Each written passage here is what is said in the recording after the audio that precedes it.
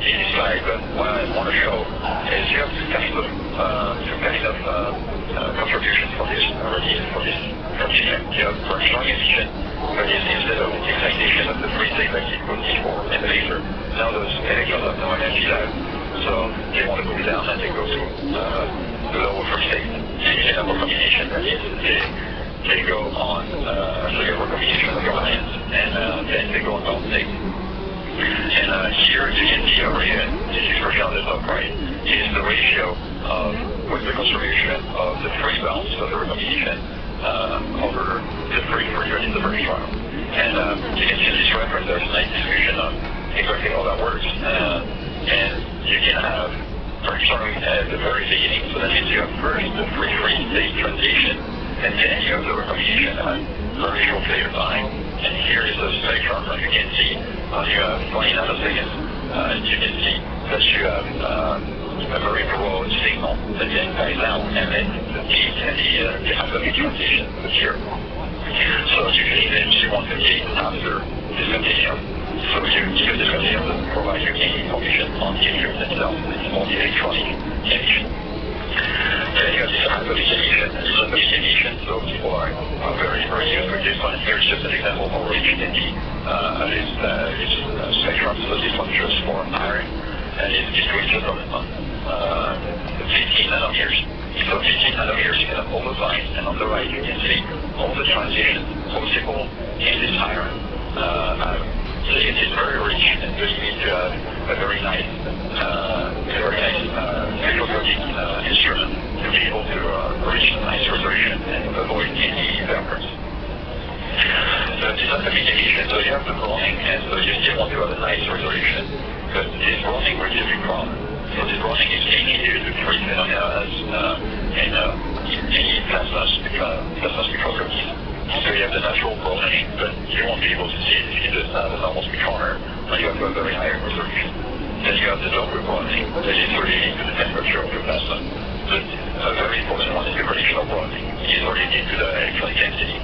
And you can see an example on the right, where you go from 20 nanosecond to 1.5 microseconds. You can see that the width of the single line will just go down, and will be lower and lower because your electron density will be lower and lower in time. So this is a very important notion when you want to do fitting and quantification of your spectrum. Then another big problem that can happen in this is the self-absorption. So the self-absorption, what does that mean? Is just you have, usually it could be the process like we're saying with the black body. So you have, the photons are emitted by the excitation of the ions, so they are reabsorbed by another one. And this will happen mainly, you can see in the case A and T, it will happen when you have the excitation on the lower state, because the probability for absorption will be higher than the case D. Besides self-absorption, you can see the case B here is not possible to create a very nice point profile or a Lorentz profile. So what will be, what is disclosed, and it's because you can have a great density of plasma, and the Lipson plasma is not controlled. You have a Lipson plasma with temperature, electronic density gradient, that if you have symmetry of your lines, like the case D, and if you take this into account, like it was done in this work, you can reproduce the symmetry of lines and even the self-reversal of the lines. So that means you have to be careful when you do analysis with edge decisions. You have to look at regions where you already know what are the gradients, or you want to have the most homogeneous plasma angle. Then the last emission I want to talk about is the radical emission. So this is mainly from the atomic radical. Could be oxide, could be cyanide, and the atomic carbon, for example. This is maybe the well-known radicals you have in mixed plasma over several years. And here's an example of the T transition. So this is the visible, so the lower transition between electrolytic state, as you can see on the right. And that will give you rotational and irrational temperature to give you an idea of the equilibrium form, because those are just gravitational properties as well. So you want to be able to address those issues. Then so we covered, I think, everything from the beginning, so sampling, excitation, expansion, gravitational equilibrium, and then emission. So you have a broad idea. I didn't go so much in details, but you have a broad idea of what is an event and why it could be very difficult sometimes to address a specific problem. But besides that, you can give so many parameters can give you a nice way to optimize specific need and optimize it for a specific problem. And now I want to conclude this one with some feasible fits, because sometimes that we're saying at the beginning is could be the only option. And one example here is if you want to go in very industrial circles and you don't want to actually contact any human, any electronics sometimes, because here the example is hotels and you go to radiation, you don't want your electronics to be to have the parasites of the radiation, even if you want it to stay operational. So an idea, as you can see on the left, is U-class. The only surgeons that probably go utilize their radiation goes back for use metal. And then you have the fifth is one of the only option if you want to go in this kind of environment. Another one that is very well developed in the community is the sense of detection of threats. Fifth is very good at detecting atomic composition. So if you want to detect chemical, biological threats, this is a very nice option if you want to go towards years sensitive. It's really cool. And even explosive detection has been done and has been proven many times over 100 years. Another guide is the production chain monitoring, because you have the nice opportunity to have high repetition rate lasers. So if you want to follow each product on the chain, you'll be able to do it if you take lasers and gigahertz, for example, and you can analyze each of them in a single shot. And there is a large overview in the books that I mentioned at the beginning of this talk. Another trend is the space exploration. For sure, sometimes there can be space or like this picture, because you have some geometries that you cannot put any analytical technique there on this one. That would be very difficult to access at this point. So the laser is the best option, and is very well suited for that. Then I want to really conclude on this last slide with what I think is one of the future application of this development is the forensics, because in forensics you have so many samples you want to analyze. You want that with a single system. You don't want to have too much preparation, because you need to go fast to provide the conclusion. So here is what we call the CSI effect is all the electronics and all the technology you can get in just a simple case fit in this kind of case with compact lasers, compact spectrometers, and just a small computer. And this is, I think, a very nice step towards the future for this application. So I want to thank you for attending this conference, and now I will let Dave be the speaker. Well, thank you a lot for this great presentation. Before we get started on the question and answer session, I'd like to remind our audience how to submit questions for the live Q&A. As a reminder, text chat is located in the lower left-hand side of your screen. To submit a question, type your question in the small text box at the bottom, and when finished, click the submit button. Please note that due to time constraints, our speaker may not be able to respond to all questions submitted. If we do not answer your question during the live event, you'll receive an answer from our team. So let's move on. We have a question here from one viewer. It's a pretty short, sweet one. They'd like to know, what is the depth of penetration? So the depth of penetration usually can be a couple tens of nanometers to not even a micrometer. So it's very on the surface. So it's just a small, I would say, imprint on your sample. Some people will call it the image. It's very, very simple. It depends on what is how precious would be your sample for you if you want to analyze it. Okay. There's another viewer here who indicates that what is the difference? What is the difference between laser ablation, OES, and LIS? So there is no difference also. The laser ablation, just when you say laser ablation, OES, you don't include the fact that you have a plasma, but in the acronym. But this is exactly the same technique, I would say. Okay. And we have another viewer who would like to know, how was the calibration done in your presentation? So the calibration is something very, very important. And then you really depends on the application you have. For example, if you go in the industry, if you want to analyze metallic sample or an alloy, for example, you know exactly what you have. And this is a very small set of samples you get, so you can get calibration samples, and for example from the police or any other company, and then you do just draw your calibration curves. Another next very interesting trend since '99 has been the calibration free. That is, you use the notion of equilibrium that I was talking earlier, and you can invert the signal thanks to those analytical relations, and so you just have the spectrum itself. You go back to the concentration.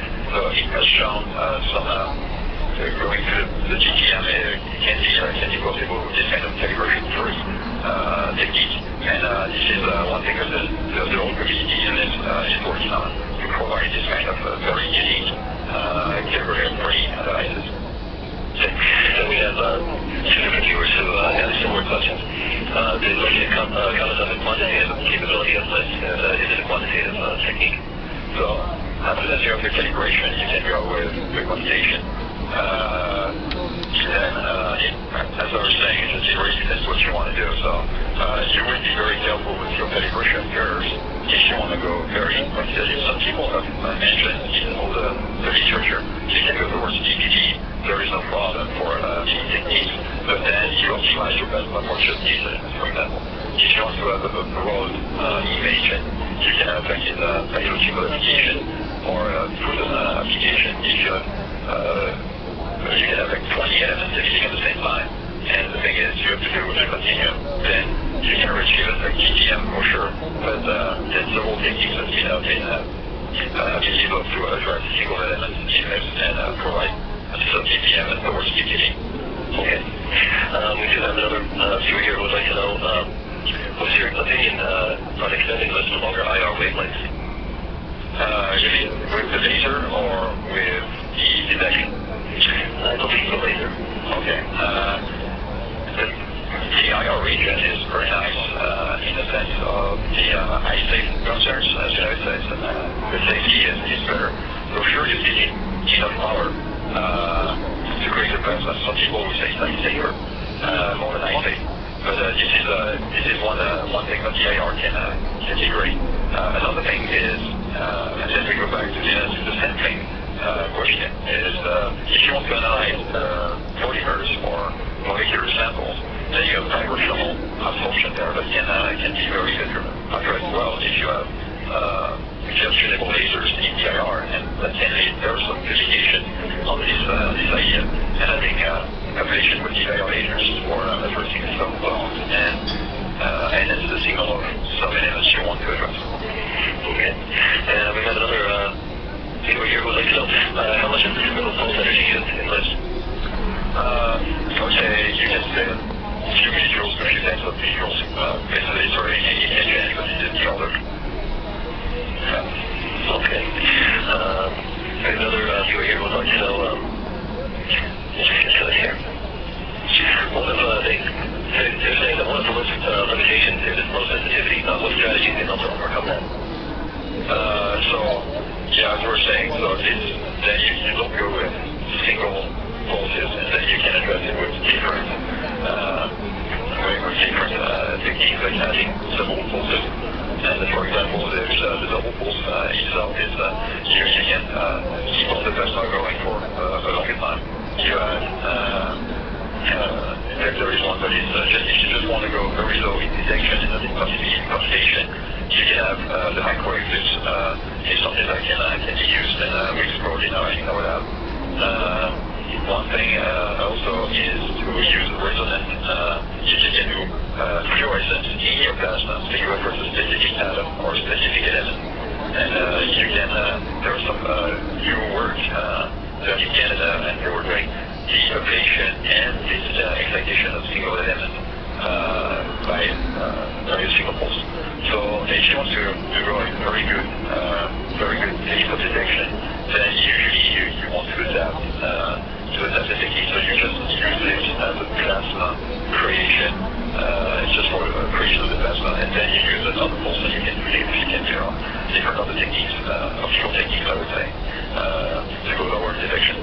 Okay. We have another viewer here who mentions that you spoke of parts per million analyses. You should list two major element analyses of the organic. That's one thing. That's what's your what was the need you want in the percentage of error. But you can go to a few percent for sure. When you have 99% elements, I haven't worked so much in detail, but you can go to lower than 1%, I'm sure. Okay. We have a viewer here with kind of a general question. What are the biggest challenges currently faced by the lithium community? One thing was the yes-direct, I would say, is the recognition by the field. But I hope that this presentation can help you have an idea of what we're talking about. But another one is really to deal with digital signal detection just with one pulse, for example, having protocols to achieve analysis in labs, I would say, more often. And one thing, a trend is really the development of the calibration for chips, and I think this is one big step to go forward.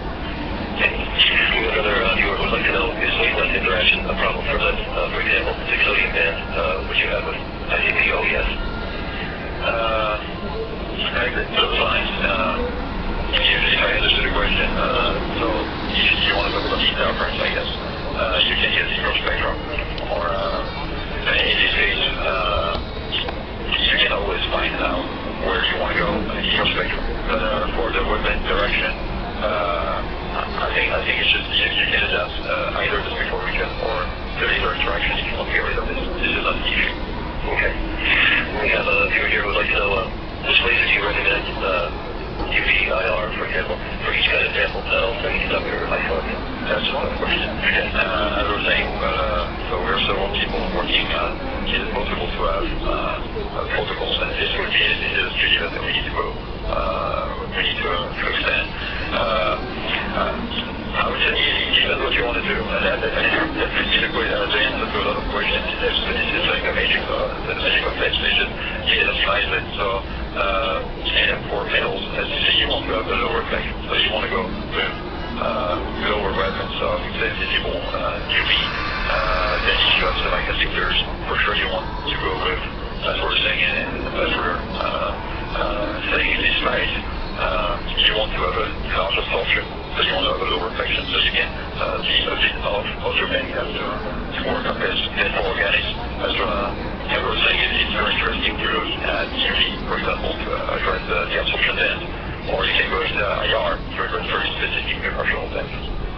All right, well, I think that's about all we have time for right now, but thanks again for being with us, Matthew. We have a lot of questions for you. Yeah, we'll be sure to get to these questions as it runs over because there's a big list. All right, I'd also like to thank the audience for their interesting questions and participation in today's event.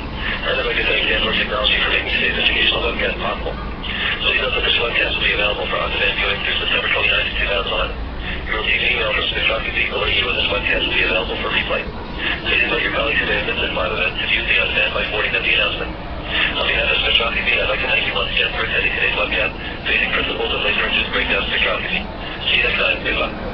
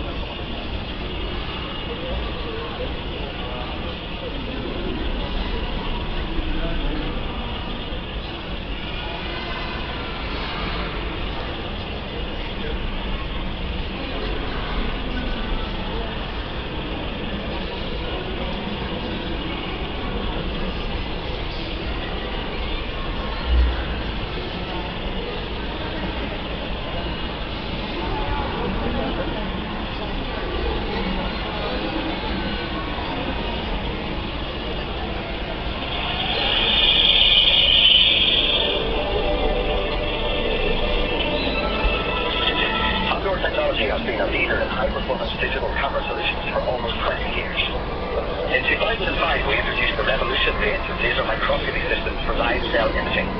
Revolution products express a unique blend of hardware and software design, innovation, and manufacturing skills.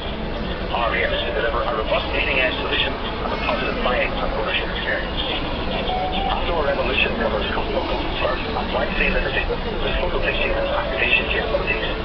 These tools enable researchers to explore live specimens with previously unobtainable speed and sensitivity, revealing new details and processes. Confocal scanning is achieved with the Yokogawa CSU X1 latest generation dual spinning disc. Excitation is supplied by Andor's ALC laser combiner, characterized by long life and compact design. The highest quality solid-state lasers and ultra-stable mechanical platform deliver up to 5 user-selected wavelengths via optical fiber. The built-in acousto-optic tunable filter provides microsecond control and effectively eliminates crosstalk. An optional multi-port optical switch extends ALC uses to turf and DRAPA illumination. DRAPA provides an interactive computer-steered laser beam for photo bleaching and activation. Detection options include filter wheels, field splitters, and dual camera adapters to support multi-channel parametric imaging. There are no better detectors for live cell imaging than Andor Ixon or Clara. Andor IQ is the Revolution system multi-dimensional imaging platform. Managing huge data sets and synchronizing high-performance hardware for acquisition is core functionality. In version 2 of Andor IQ, we introduced Python scripting, enhanced multi-threaded graphics, and new parallel acquisition engine. Revolution systems provide the best in confocal, turf, and multi-thread microscopy for live cell imaging. Discover new ways of seeing and visit www.andor.com to find out more.